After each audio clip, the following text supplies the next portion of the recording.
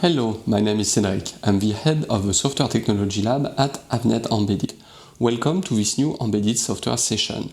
Today's episode should have been about Flutter, but due to some hardware which is missing on my desk, I needed to show you something else. And I thought, what a great opportunity to demonstrate how we can set up and use a QEMU virtual image instead of some of our real hardware. You might wonder, why would you do that? Well, two stories. First, someone stole/borrowed your hardware and forgot to tell you. That's my story. Second, you have a large team of engineers, you don't have a hardware for each one of them, so having a virtual environment with the same tools and same hardware interfaces exposed can be convenient and allow them to do most of their work without having to have access to the real hardware. Okay, but how does it work? Well, there is some setup to be done. It's not completely straightforward, that's why I thought a session taking you step by step might be a good idea. So you will find, as usual, everything in the documentation. You browse to the part called Flashing Base Images, QEMU. First, we need to install a couple of dependencies on your computer that are needed to run QEMU, virtual machines. It depends on your Linux distribution. We explain how to do it for a couple of them in the documentation.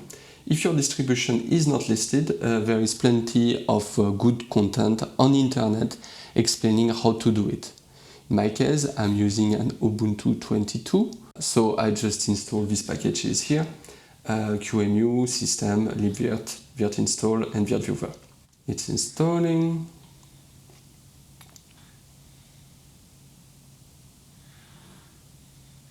Then we need to add our user to the libvirt group, so it's what I'm doing right now. Copy that line and it's done. Then we check if the network is started for the virtual machine. In my case, it's already up and running, so nothing to be done.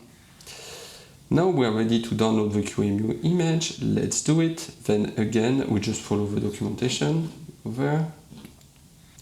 And it's downloading. Then just feel free to copy the zip file where it's convenient for you. For me, I'm just going to create a new directory. And this is done. And I just move it there. Okay, so then we unzip it. And finally, we can go to the deploy directory. And we are almost ready to set up our virtual machine.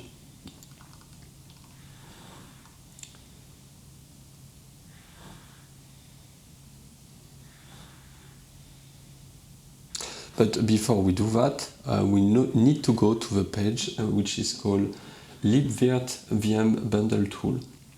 In this page, it is explained how to install Scotty on your computer. This tool is mainly used to build or Yocto images, but it includes as well the tooling to set up the virtual machine on your computer. So let's run pip install avnet Scotty. It's installing. In my case, it was already on my computer, so it's fast. Then let's get back to the website. Now, if you check, you should have this new command, vmbundle.sh available. If not, it means that you need to export this path here. And of course, if you want to make it permanent, you should add it to your .bashrc. Now we are ready to bundle everything together, so we use finally the vm-bundle.sh command. As an argument, we put the name of the VM, so in my case, it's going to be demo-qemu. Then the name of the kernel, and finally the name of the file system. Here you can choose between headless and with Western. In my case, I'm just gonna go for the headless version.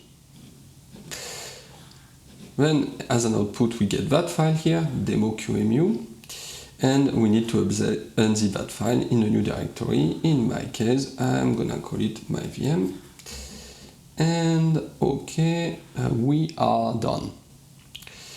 Finally, we run the VM create.sh script with the argument s to create the apps partition needed for SimpleSwitch container. Then we are ready to boot up our VM with which we use the same name we gave to our VM. So again, demo QEMU. And it started. If at any point of the setup you get an error, it's very likely that QEMU has no access to the directory where the VM is located. So you can just give it the rights to QEMU to access this directory by using this command here. And finally, we can connect to the console using the command line with the names of our VM. Login is root. And like in all of your images, you have access to SimpleSwitch helper. And you are ready to download containers and debug your application in this virtual machine.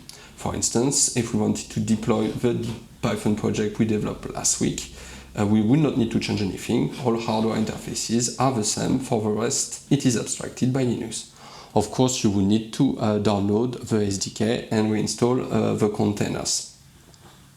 And that's it for today. Thanks for watching. I hope you enjoyed that session. And don't forget to subscribe to our YouTube channel and follow us on LinkedIn so you don't miss out on any of our upcoming episodes. Have a nice day and see you next week.